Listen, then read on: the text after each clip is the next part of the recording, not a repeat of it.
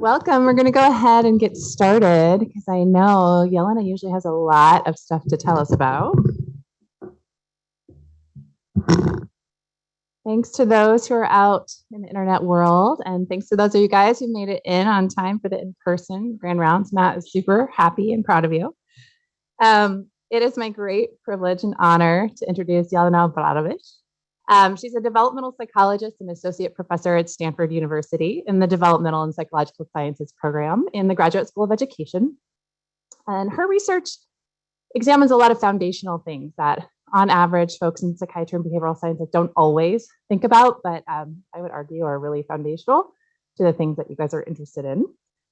She studies physiological stress arousal, executive functions, self-regulatory behaviors, and the quality of caregiving in educational environments and how that contributes to health, learning, and well-being over time. She's created innovative, scalable assessments in executive function skills and self-regulation behaviors, but she's also formed really incredible research practice partnerships to include larger and more diverse samples and groups of children in her empirical research. And she's identified contextually and culturally relevant ways to promote their development, so really pointing us towards intervention and prevention efforts. Jelena is really incredible in terms of her scope of work. She's done a lot of domestic work, but also a lot of international work that's really impressive.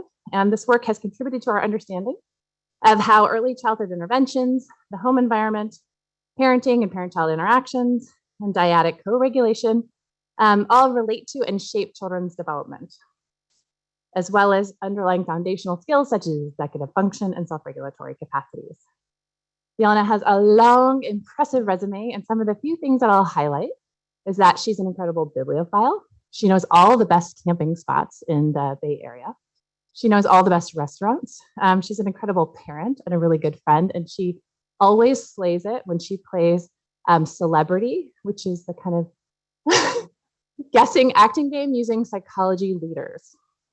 But she's also, in other realms, also very impressive. She's won a long list of awards. I'll just highlight. She's the Jacobs Foundation Advanced Research Fellow, a William T. Grant Foundation Scholar Award recipient, and also the Early Career Research Contribution Award from the Society for Research in Child Development. And I know she has a lot to share with us today. Unfortunately, I have to run out to go to a leadership event. But please give her your warmest welcome. And thank you, Jelena, for joining us.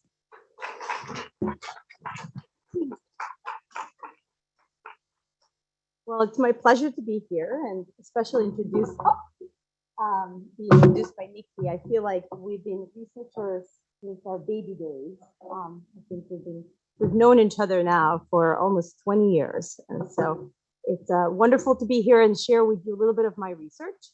Can everyone hear me back? Okay. I'm going to try not to move. And if I move, remind me to come back here because I told them I will not meander, which is what I like to do. So at the core of my talk is this term executive function. And so I'm going to spend just a minute or two describing what I mean by that. And the reason for that is that lately this term has been used and used in all kinds of ways. And so if you look at this circle, this colorful circle, you will see there's a lot of information there that is currently kind of called executive function. And while executive functioning skills are important for many aspects of these behaviors and processes, it's not really quite equivalent. So while kids need executive functioning to initiate tasks and stay organized, a lot more goes into that. And lately, even Cookie Monster is practicing, executive functioning. So it's all over, it's everywhere. But researchers kind of agree that these are a set of higher order cognitive skills that enable children to support these processes of self-regulation. And there are three main components. So the first one, which develops youngest, emerges even around toddlerhood, is inhibitory control. And there's kind of two types of it. One is suppressing impulsive thoughts and behaviors, and one is being able to resist distraction and temptation. And so if you think about a young child, these set of skills are really important for following expectations and showing rules, whether that's in a family or school context, being able to pay attention, stay focused, ignore distractions or disruptions, and also engage in pro-social behaviors like turn taking or resolving conflict. The second set of executive function skill is a working memory. This is ability to hold some information in your mind. That information can be verbal or nonverbal, to update, to manipulate in some way. And so when you think about, mental calculation, that would be one type, holding some information in mind while using it, finding your way around the city, whether you're holding some directions and you're updating your space and place, following multi-step directions and procedures, and monitoring things while you're doing all these things. The last is the cognitive flexibility. So this is the most advanced set of skills that really help children and adults really shift attention or responses between competing rules and mental states. So that flexibility of attention to shift, to see things from multiple perspectives, to not perseverate on a one solution if it's not working, to be able to generate multiple solutions and adjust to kind of changing circumstances. Together, they do support a whole broad set of self-regulatory behaviors. So children do need these three components to plan and organize, to start and stay on task, to pursue goals, to monitor progress and mistakes, and adjust and adapt to those changes, and as well to regulate their emotions. And so together we say they really support learning processes, whether those learning processes are academic, school achievement, or cultural learning, family rituals and routines. They support relationships, whether that's with primary caregivers or teachers or peers or siblings. And together they really contribute also to mental health. If you think of a kind of how the process works, one thing to highlight about executive functions is that they really have to be effortful. So there's a huge cost to using executive functions. So we often build habits and automatic behaviors, but executive functioning is really about monitoring the context, stopping, reflecting, considering different, whether that's threats or conflicts or needs of the environment and context, and then engaging executive functioning, whether in cool settings, which is emotionally neutral, or hot EF. Those are usually engaging these set of skills in emotionally demanding settings, and then engaging it towards some goal-directed behavior that ultimately then results in a more adaptive behavioral patterns and adaptations. Of course, between going from proximal to distal behavior, a lot other comes in. So are you motivated? What are the motivating factors in your context? What are the strategies and supports in context? What are the stressors that you deal with it? So it's not that it's equating. And so there's a lot that comes in play when we try to measure these skills and behaviors, and why they not always overlap or correlate as strongly as one would expect. So a lot of research have been generated to show that these EF skills predict behavior, predict changes in behavior. And so I'm just going to quickly highlight what we know from kind of early to middle childhood in terms of correlation of EF skills to the competencies. So broadly speaking, we see pretty robust evidence of EF supporting cognitive development, and especially when it comes to academic numeracy and literacy. As Nikki pointed out, I do some work in Global South, and we see that similar set of evidence showing that these skills are not important, but also can really identify children who can grow these skills or who may struggle with these skills over time. School readiness, classroom engagement, if you think about staying on task, collaborating, cooperating, those are really important and also correlated with EF skills. Socio-emotional development, on the other hand, there's a whole bunch of studies showing that children who have higher levels of executive functioning also have better emotion and behavioral regulation, mental health, especially when it comes to internalizing and externalizing symptoms, interactions and relationship with peers. And because they are such a basic building blocks of so many goal-directed behaviors, we tend to think of them as universal set of skills. And I can talk a little bit later about what is culturally specific about them, but how can we measure them in a way that can help us understand how these processes work around the world, and not just in the United States, or in many diverse linguistically, racially, ethnically, culturally diverse groups that live in the United States. I want to quickly, for those who study mental health, I want to point to this model that was recently published by my colleague Phil Gilazzo. It really takes cool and hot EF skills and makes the point. This is a really wonderful review article. How it, if you think of psychopathology as a bifactor model, we have this general risk for psychopathology that really undermines a whole bunch of thought and behavioral processes that then really explains the comorbidity of some of the early internalizing, externalizing symptoms, really draws a link from deficit or difficulties in executive functioning to the increased risk in kind of general psychopathology risk that then filters down to internalizing, externalizing behaviors. But also it highlights a lot of studies where EFs mediate the stressors and adversity that increase the probability of somebody developing a psychopathology, and how EFs can be a really important, not just transdiagnostic indicator of potential psychopathology risk, but also an important target of intervention. So if we think of early childhood, if we think of transition to adolescence as important periods during which we can intervene, especially in a context of mental health interventions, this is an important target.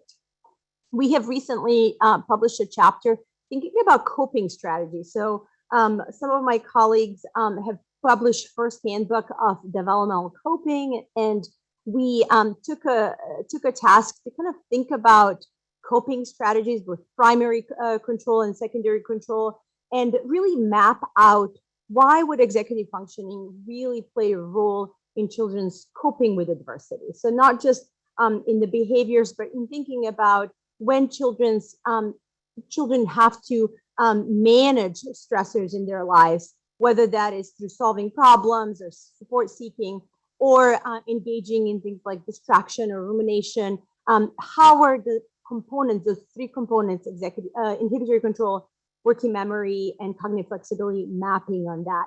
And where do we have direct evidence, and where do we need extra research to really understand the coping process via executive functioning? The other thing I like to make a point is why executive functioning are important is not that they are like this magic thing that solves everything, but in a very critical periods of development during important transition, they can set what we call developmental cascades in motion. And so this is a research that I actually done with Nikki Bush and Tom Boyce. This is the famous pause study where children were followed at fall of kindergarten, spring of kindergarten, and then spring of first grade. And so one of the things that we know is that development is continuous. How you're doing today is going to be the best predictor of how you're doing tomorrow. And so we see a ton of continuity between children's EF difficulties from fall to spring to then the first grade. We also see continuity in their school engagement. We see a continuity in their relationship with teachers as a really important adult in their lives during this transition. And we also see within time covariation. So after we account for all of that, we're interested is which processes kind of trigger these cascades in that they matter over and above developmental continuity and the fact that within time things are correlated. And so one of the things that we see is that children who start with EF difficulties as marked by inattention and impulsivity tend to have more conflict by the end of their kindergarten year, and they seem to like school less. So school engagement in this age just means like, I want to be in school. I'm happy when I'm at school. And so we see this cascade from inattention to impulsivity to more conflict within the kindergarten year. But then we also see cascade effect from the end of the kindergarten year to the first grade. This is now a different teacher. This is not the same teacher, but we see more conflict. The other thing that we see is that children whose then school engagement gets undermined as linked by this red arrow to spring of kindergarten, they are then less likely to be close with their teachers in first grade. They're less likely to show early academic skills.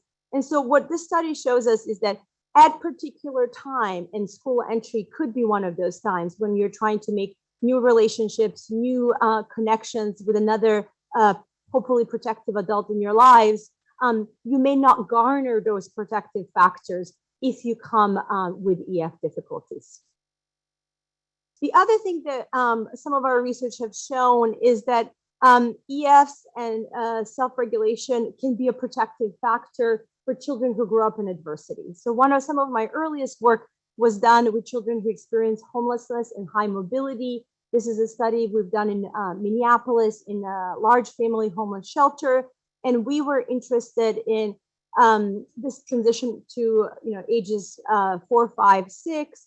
And what we found is that direct assessment of executive functioning skill was such a strong predictor of who among this very high risk group did well once they transitioned to school. And we use this both variable and person-focused analysis to really understand how these set of skills predict adaptation over and above what I would call a usual suspect. So parenting quality, directly assessed IQ. So all these other things that we know help children when the children are growing up in adversity. And so we found that executive functioning really emerged as an important predictor, direct predictor of adaptation for children who face adversity. The two graphs that I'm showing here is not my research. One shows effort for control is another term for executive functioning behaviors, self-regulation behaviors. And so what this graph shows that in the context of harsh parenting, and the high harsh parenting is this dotted line, children who were high in effort for control basically didn't experience any risk for ADHD. So we can see how if you have high effort for control, that buffers you from the risk that being exposed to the harsh parenting early in life may predispose for ADHD. And the other study is of previously institutionalized children. Here we see the measure of working memory really buffer children from this experience of institutionalized care against a separation anxiety disorder. So we can see that not only these skills and behaviors are robust predictor of how kids are doing, but they may also buffer or moderate the experiences of early adversity. Now, the other reason why executive functioning is worth our time and thinking is that it has a really protracted developmental trajectory. So we know that it is supported by prefrontal cortex, which takes a long time to get myelinated. And so we know that there is this protracted period of plasticity during which we can intervene. And so that is both the opportunity for us to support children, but also create a really long window of vulnerability. And so with that, I'm going to tell you a little bit about an interplay of executive functioning with the stress physiology. We know from research that there is a huge sociodemographic gradient in executive functioning. So over here, this is a bar graph of children who live in poverty. These are children at 48 months. And so what each bar graph represents is number of years of their lives, short life, 4 years, that they live under the poverty line. And so you can see this very clear stepwise relationship between the chronicity of income risk and measure of executive functioning at 48 months. Over here, we see, on the other hand, is a Heckman study looking at parental education as a measure of socioeconomic status. And we see a very clear differences in the working memory scores between ages of 9 and 17 that really doesn't close. So we see this pervasive disparities when it comes to income and socioeconomic opportunities in children's measured EF. But we also see that family income plays a role when we look at the structure, the brain bases, in terms of the support these set of skills. So we see the family income moderate the relationship between the white matter structure and performance, children performance on EF skills, and that the white matter integrity and volume was related to the lower performance and the cognitive flexibility task only for children who come from lower income families. So we see this biological embedding of early opportunities and income disparities, not just in performance on EF tasks, but also on a brain basis of supporting. And we also see embedding on activation. So over here, if you zero back is a measure, the NBAC task. It's a very easy measure of ES skills that children are asked to measure inhibitory control. You basically have to, working memory, you have to hold certain information in mind and figure out whether that picture got repeated. Zero back means just one prior. Three back, you have to hold in mind 3 pictures and figure out if the 3 pictures back, you've seen the same picture. So it's kind of a mental load. And so 3 back is much harder than the 0 back because the 0 back is just like the previous picture.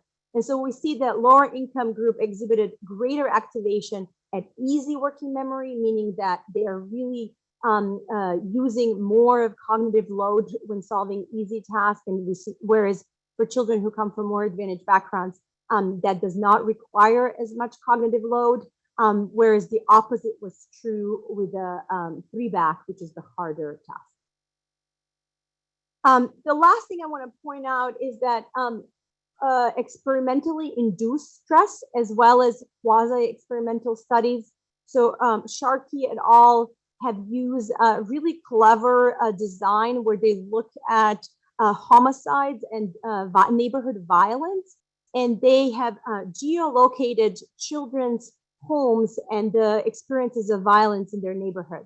And then they looked at how that experiences of violence in their neighborhood may affected their performance as they came into laboratory to be tested, and whether the homicide happened prior to their testing or after testing. So it's a very clever way to say, okay, if it happened prior, then the difference, the only difference in these two groups could be attributed to their experience of the violence. And they show that the homicide, when it occurs near their home, they even looked at the dose effect, how far in feet this experience was to the child's home, does lower children attention and impulse control.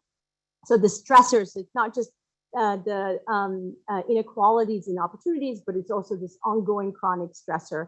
And then Mani et al., this was a study with adults, and he basically, this team induced financial worries in adults, and the financial worries in adults really undermine performance and cognitive control tasks, but only for children, only for adults who came from impoverished backgrounds. So thinking about your finances, worrying about your finances does flood your brain with stress hormones and undermines your ability, even if you have these skills, your ability to use those skills. And so one of the things that we study is basically the kind of direct effect of stress on the executive functioning, and trying to understand how these individual differences, both their stress for activity, their coping abilities, their family supports may moderate or interact to explain executive functioning. So I'm gonna quickly shift to tell you a little bit about this work. You know, I'm gonna assume that this audience is very familiar with this theory. Differential susceptibility theory came from researchers bringing together 2 different paradigms, one called biological sensitivity context that Tom Boyce and Bruce Ellis pioneered, and the other one, Jay Belsky differential susceptibility hypothesis. The lovely metaphor that helps explain this is that some children are highly susceptible to their context and to their environments. We call them orchid children. And so that means that in adverse context, they will be more affected by those stressors and adversity, and thus show worse adaptation. Whereas children, if those same highly reactive children, highly susceptible children are growing up in very supportive environments, will have better adaptation than low reactive peers, whereas low susceptibility is just less affected by the environmental context. And so we've published a lot of work showing this empirical evidence for this theory. I'm going to just show you one that actually focuses on executive functioning performance. So here, the red lines are children who showed high cortisol output during a laboratory study. So they were in a lab for about 2 hours with us, doing a whole bunch of tasks, including the cool EF task, hot EF task, and then their EF skills and behaviors were observed and rated by assessors. And we showed that really children who come from basically who show high cortisol activity tend to outperform children who show lower responsivity if they come from high income families, and tend to show lowest performance if they come from lower income families. And we see this across different types of executive functioning. But the high susceptibility doesn't always equate with high reactivity. And since then, we've done work in rural Pakistan where children are facing high levels of disadvantage. And we find that sometimes what the marker of susceptibility is may not be always the high reactive phenotype, just because you have to take into consideration the context, the level of arousal, the level of deprivation, or where is the absolute levels, and what are the behaviors that you're trying to understand for which this physiological phenotype may represent a risk factor. So I have a little bit moved from this research to think about stress response as a dynamic process. So I often joke at this point and say, like, kids are not flowers, they're not orchids and dandelions. They engage with stressors, they cope with them, they recover from them. And so what we started doing is modeling physiological arousal as a trajectory, and trying to understand the components of what happens with the physiological response as kids kind of cope and engage with the stressor, and then what happens when they're done. When we tell them, like, you're done, sit still, I'll come back. We don't quite reassure them yet, but we give them about a minute or two to see who are the children who continue to stay aroused and potentially continue to flood their brains with stress hormones and stress arousal, and who are the kids who are like, okay, I'm done, and kind of de-escalate. And so we think that this recovery really plays a key role in understanding why sometimes high reactivity can be good and sometimes a high reactivity phenotype can be bad. So what happens? And so we've done a couple of studies.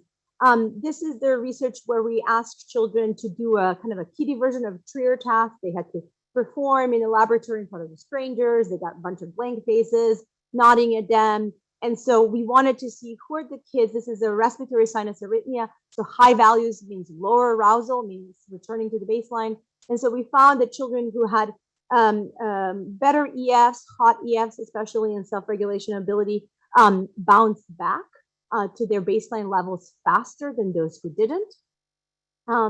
In a different study, we looked at, this is a task where a child and adult work together, sit together, and the child draws these what we call imperfect or perfect green circles, and the child gets a ton of critical feedback from adults, like not quite well, it's lumpy, it's too small, it's like try again. And so and then the task ends, and we're interested in how kids cope with getting all this. They actually end the task and they're like, this one is perfect, this one is great, but they move on. They just had 3 minutes of kind of really stressful engagement with an adult. And so we want to see what happens after. And what's interesting for us is that kids actually didn't activate that much during the task, but where they did activate is when the task ended, when you were left alone to kind of cope with, like, ruminate or think about how you did. And the children who basically had low self-regulation ability, they just got really highly aroused. So again, low scores on the respiratory sinus arrhythmia means higher arousal. So we saw kids just really get more stress response post-task if they didn't have good self-regulation ability. That led us to kind of thinking about, okay, so we see these momentary changes in arousal. What about, like, can we induce change? Can we help these kids regulate this? And so, as Nikki pointed out, I have 2 kids. I have these partnerships with school districts, and one of the things that I keep seeing over the last decade or so is so many mindfulness interventions, so many interventions that focus on breathing or taking deep breaths. And then we looked at the literature and we found out that we actually have no evidence that taking deep breath controlled deep breath actually changes stress arousal in kids. And so while there's a lot of interventions that look at these processes on attendance or behaviors or some like distal outcomes, we wanted to know, like, can kids take deep breaths? Because often when I tell my child take a deep breath, it's often goes like there's like more hyperventilating than actually taking deep breaths. So what we did is we basically ran a field experiment. We wanted kind of intention to treat design, because we didn't want to engage with the individual child one-on-one. We wanted to see what happens when people in kind of not monitor whether children engage, but let's say we expose them to the deep breathing exercise. Will we change their stress physiology in a moment? And so we measured this in children's museums, public playgrounds, the summer camps. Participants basically sat quietly for 1 minute, which is a baseline period.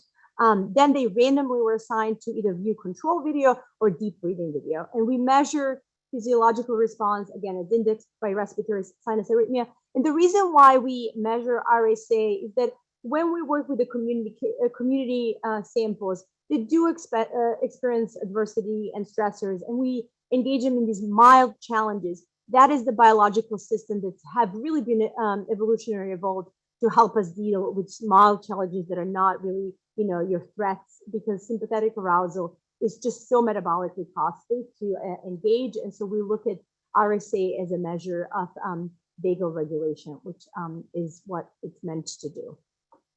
So let me see. I'm going to show you the video. I'm going to take a moment to drink of water and show you the video that we produced with Berkeley Animation Studio. You may feel worried or frustrated if things seem difficult. These feelings can make it hard to focus, but you can control these feelings. Taking deep, slow breaths can help you calm down and deal with challenges. Let's practice deep breathing. Breathe in and pretend to smell a flower. Now, breathe out and pretend to blow out a candle. That's great. Let's do some more deep breaths. Breathe in. Breathe out.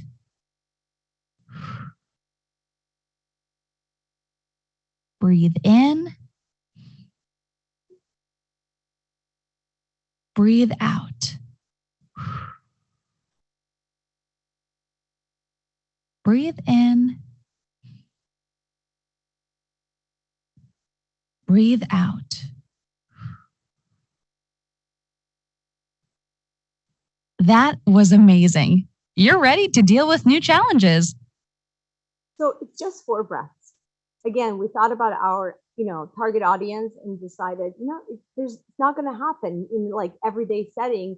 You can get a young child to take more than 4 breaths. Like, we wanted to see, can that move a needle?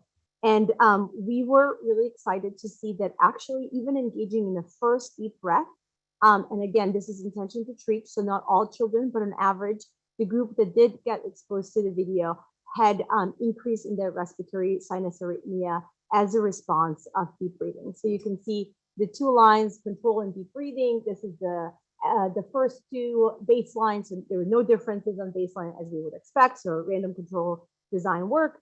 And then we see this increase in the dotted line, which is the deep breathing video towards the first epoch, the first 30 seconds, and then the second 30 seconds. The age elementary school, so 4 to 11. Yeah. So, taking a few deep breaths in everyday context can significantly increase parasympathetic nervous activity, which is a lowering arousal in young children. And we're just excited to move the research away from thinking of physiological reactivity as a marker, but rather as a potential target of intervention. And we can see, like, can we now use this video, which is freely available and easy to download and things like that, to then help children down-regulate when they're additionally stressed out, right? So there was no induction of stress. This was just children kind of, in the wild. The other thing I want to highlight is that, when you think about these disparities, both the structural inequality that these children who come from disadvantaged backgrounds have to think about, life stressors, HPA and diurnal, HPA axis and sympathetic and parasympathetic nervous systems are not the only things that are matter, but sleep and nutrition plays a big role. And they do play a role in two different ways. One is undermining learning behaviors. And this is the model that focuses on academic learning and achievement. But I would say applies to any, even if you think of kind of mental health strategies, right? And mental health processes. You have this effect on kind of ongoing set of processes that are they're developing over this period. But then also there are these momentary acute stressors that happen both due to fatigue, arousal, attention, and I would say hunger. So we're thinking about these two components of how we see maybe effects on behaviors is through understanding both the long-term kind of learning behaviors and processes, as well as the performance in the moment. Not only knowing, having the strategies maybe through regular emotions, but being able to activate it and use it in the moment. I want to highlight this study. This is a partnership with the San Francisco Unified School District. We have used data from 1,200 kindergartners on their kindergarten readiness screener. This is the measure of children's literacy, cognitive, motor, and socio-emotional skills as they enter kindergarten.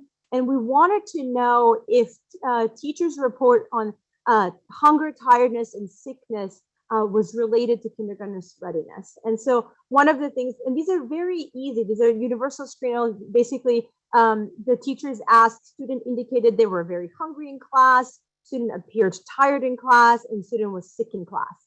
So these are not experiences that keep kids at home.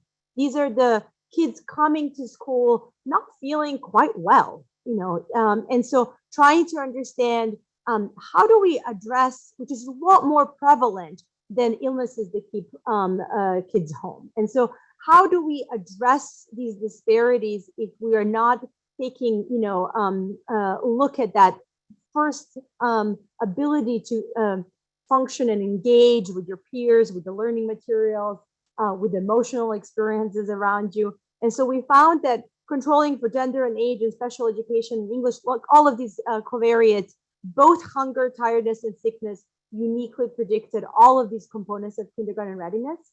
The other thing we found is that there was a huge disparity of who experienced these health risks, and that predominantly it was Black students who experienced sickness, hunger, and tiredness at school. And then the other thing that we did is we wanted to know how much of educational gap in the kindergarten readiness was explained by these experiences. And we found that for Black students, up to 30% of educational gap was actually mediated or indirectly explained by differences in their health experiences at school. And so thinking about, what experiences of discrimination, unequal opportunity to health services, healthcare, food, not just security, but diversity of food, may really need to be targets when you think about kindergarten readiness, right? So as people who are kind of basically connecting these worlds of, public health and education, we're thinking about how can we shed light on these processes that are typically, it's not about wanting to behave a certain way, but having these prerequisites of being able to engage the processes that I've been telling you about. Okay. So the last thing I want to end is telling you a little bit of work about close relationship and contextual supports. So one of the key aspects of development of self-regulation and skills is the quality of early caregiving, child co-regulation, and that really emerges in infancy. So as infants are not able to regulate their own attention and behaviors, they really rely on the primary caregivers to help regulate the context around them. And so we're really interested as these skills come online, what kind of supports, what kind of behaviors, what kind of interactions are really helpful and promoted. The research, the review of this literature points out to two things. One is just cognitive stimulation, right? And this is where a lot of these disparities come and why we often talk about them, gaps in educational opportunities rather than gaps in educational performance, is that not, exposure to cognitive stimulation in everyday life costs. And it's, those that have tend to engage children in more high quality educational experiences that are cognitively stimulating. But then on the other hand, we're interested in scaffolding. So a lot of self-regulation and executive functioning research point out that ability to support one child's autonomy and giving them opportunities to exercise and practice the skills in everyday life also tends to relate to the higher level of executive functioning self-regulation. So I'm going to give you two examples. One is from my collaboration with Aisha Yousafzai. She is in public health at Harvard. She started this Pakistan Early Childhood Development Scale-Up PEDS trial. This is a random field cluster RCT, randomized controlled trial of a birth cohort. So this is about 1,300 parent-child dyads who were enrolled in 0 to 2 intervention. So from birth to end of age 2. And the intervention really capitalized what I would call the health system in rural Pakistan. So in rural Pakistan, there's not a lot of pediatricians, there's no hospitals.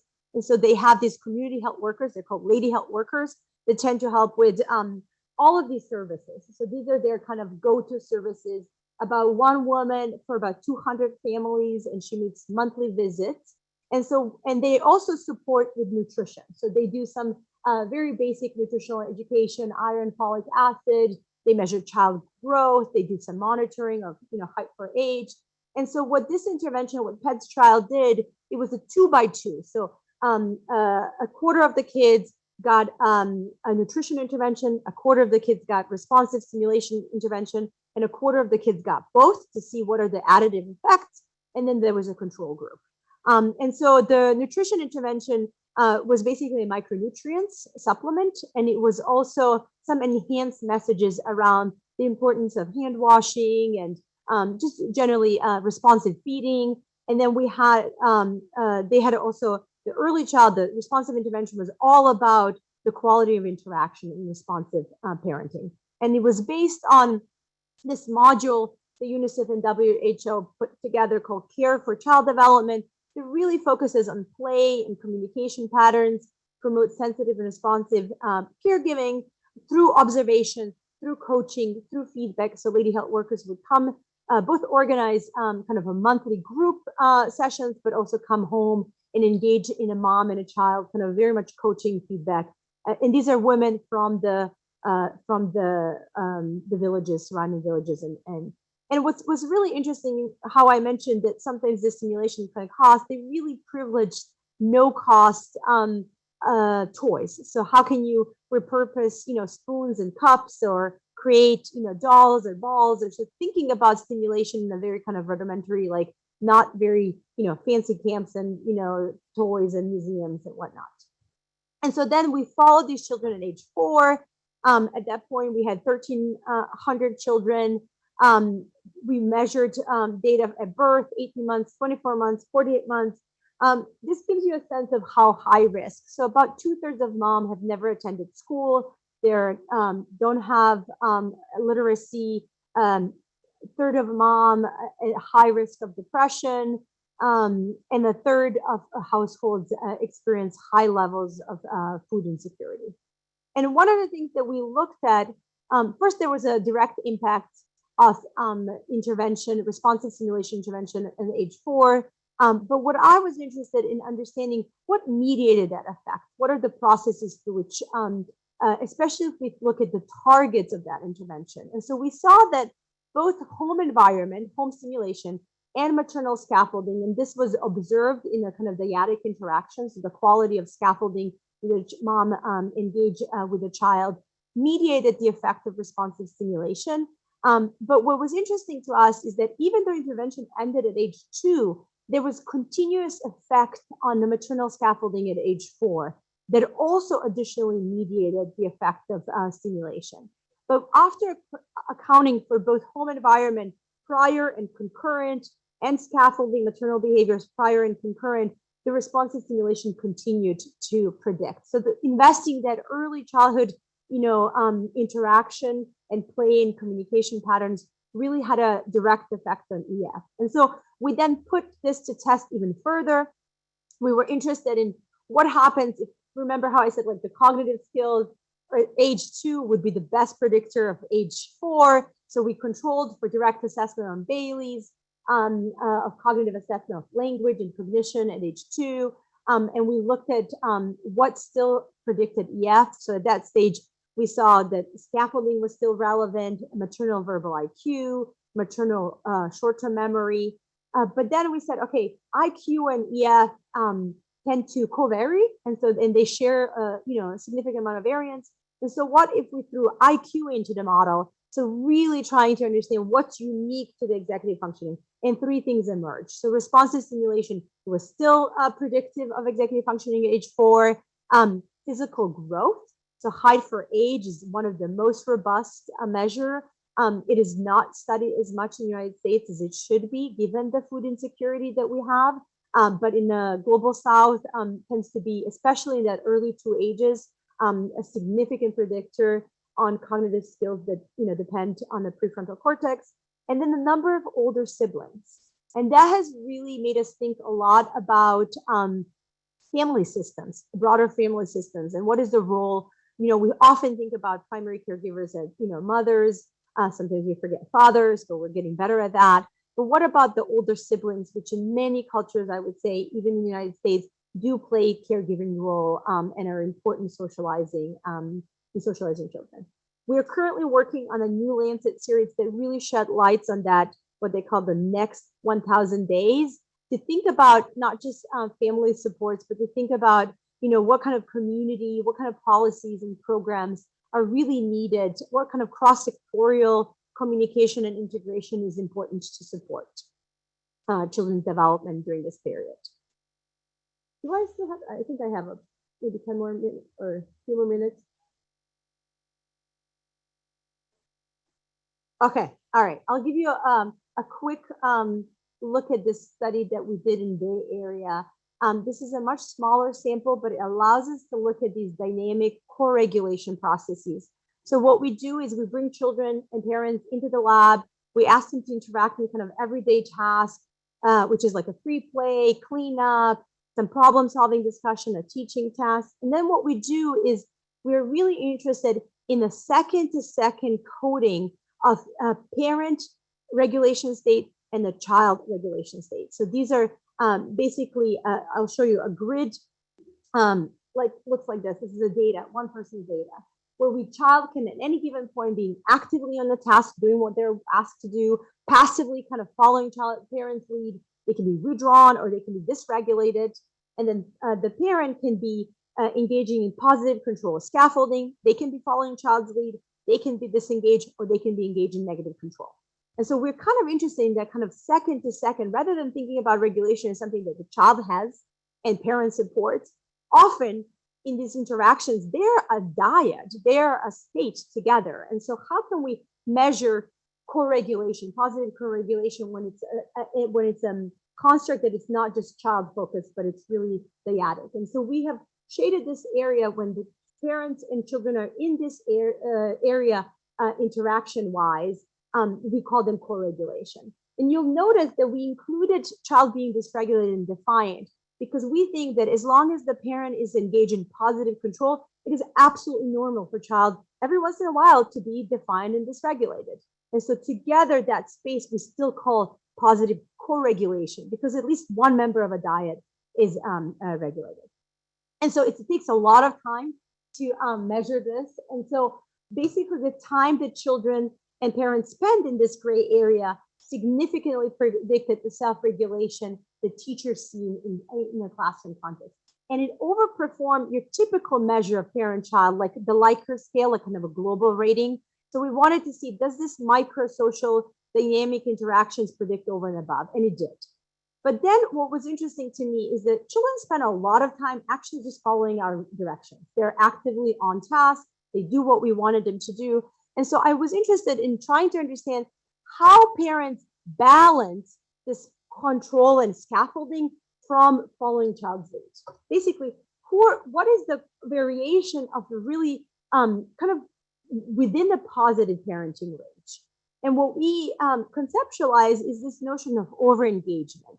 So when the children is actively engaged in tasks, who are the parents who can just like step back and let go of the control, even if that control looks positive, like scaffolding, monitoring, asking questions, probing, extending, and can be recognized that the child is doing what they're doing, and all they need to do is basically just acknowledge that and be their supportive presence rather than the active ingredient. And so we found that parent over-engagement was related to poor performance on EF tasks and lower self-regulation. And it was unique, and it was over and above other parenting constructs, but it was really unique to the moment when the child is active on task. It was not true when the child was passive on task, right? So we're really interested in this ability of learning, not just to scaffold and support autonomy, but knowing when maybe too much input undermines that autonomy development. Our current work is now looking at siblings and triads, so moving away from diets to understand both behavioral and physiological regulation. We have 2 NIMH grants to develop new measures. We think that mental health, that parents, their mental health strategies during parenting, so that in the parenting context is really key predictor how they're going to be able to parent and support children. We also think that parents do a ton of emotion socialization of negative emotions in learning context. We have seen this during pandemic. So moving away of thinking just how you support your child in a social context, but how you support them when they're frustrated and angry and dysregulated, when learning is difficult. So we're developing 2 measures and validating 2 measures. We're also working with San Francisco Unified to understand implementation and impact of classroom socio-emotional supports that helps with behavioral regulation, but also thinking about teachers' mindsets and how, when you get these tools, really does that shift adults' mindset when it comes to these skills, and how kids, an equitable implementation of the supports in the classroom. The other thing that we're interested in a global space is to think about culturally relevant cognitive stimulating experiences. We've done so much thinking about reading books, how many books you have at home, but thinking about importance of chores and errands and routines and rituals and play that doesn't always look like playing with Legos, but what are the components of play that support development of these skills? And then what is the intra-individual variability? So moving from that deficit orientation to think about that every child has their own optimal high points. And so can we think in like, we are basically measuring EFs in the same child 7 to 10 times to think about how daily experiences of, sleep and diet, conflict with parents, or like, meaningful experiences may really optimize their own performance. So I'm going to end there. We have launched a new early childhood center that's directed by Phil Fisher at Stanford and at GSC. And we are looking to do a lot more integration between the School of Medicine. So some of our core faculty in School of Medicine thinking about pediatric spaces and potential opportunities for early interventions. How can we think with community partners to co-develop and co-design these tasks? So I'm happy to talk to you after about the center, or you can go to the website and kind of see what we are up to lately. So thank you.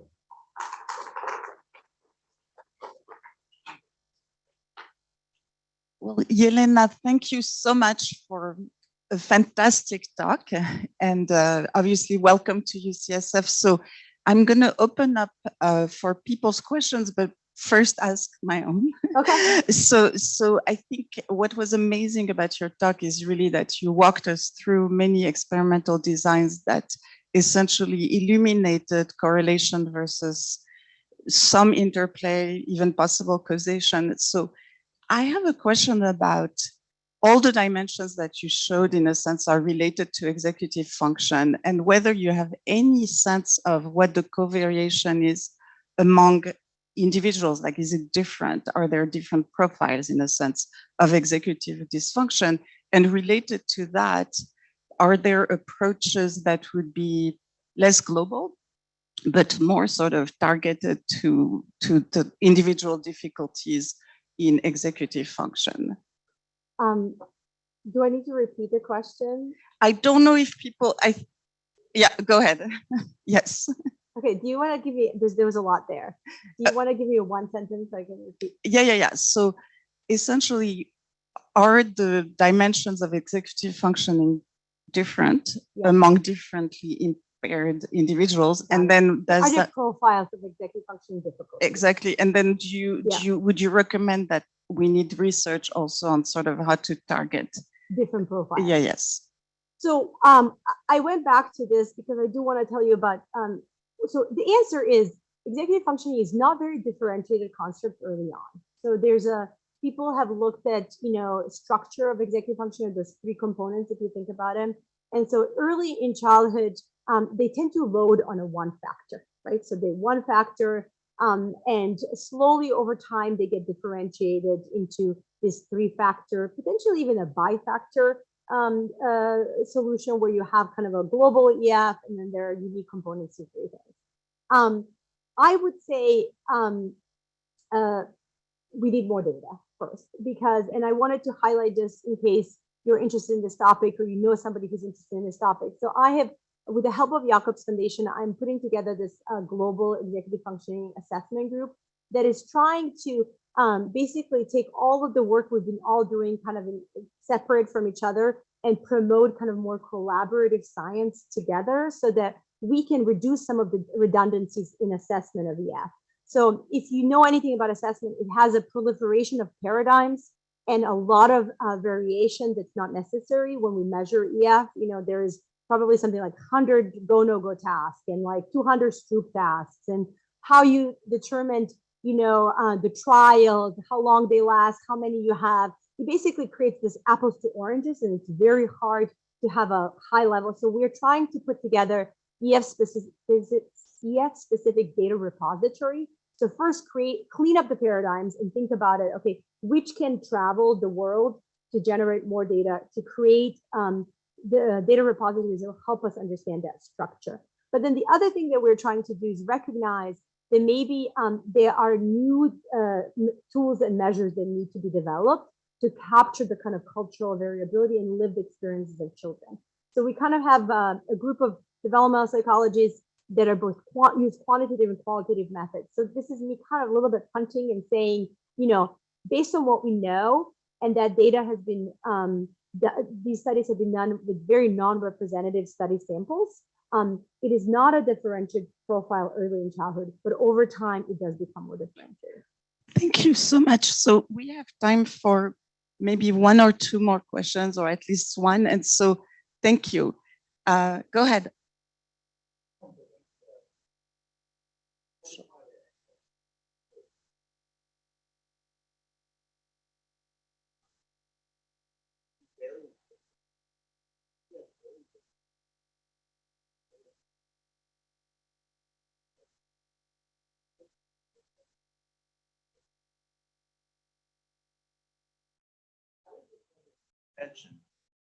Oh, okay, thanks.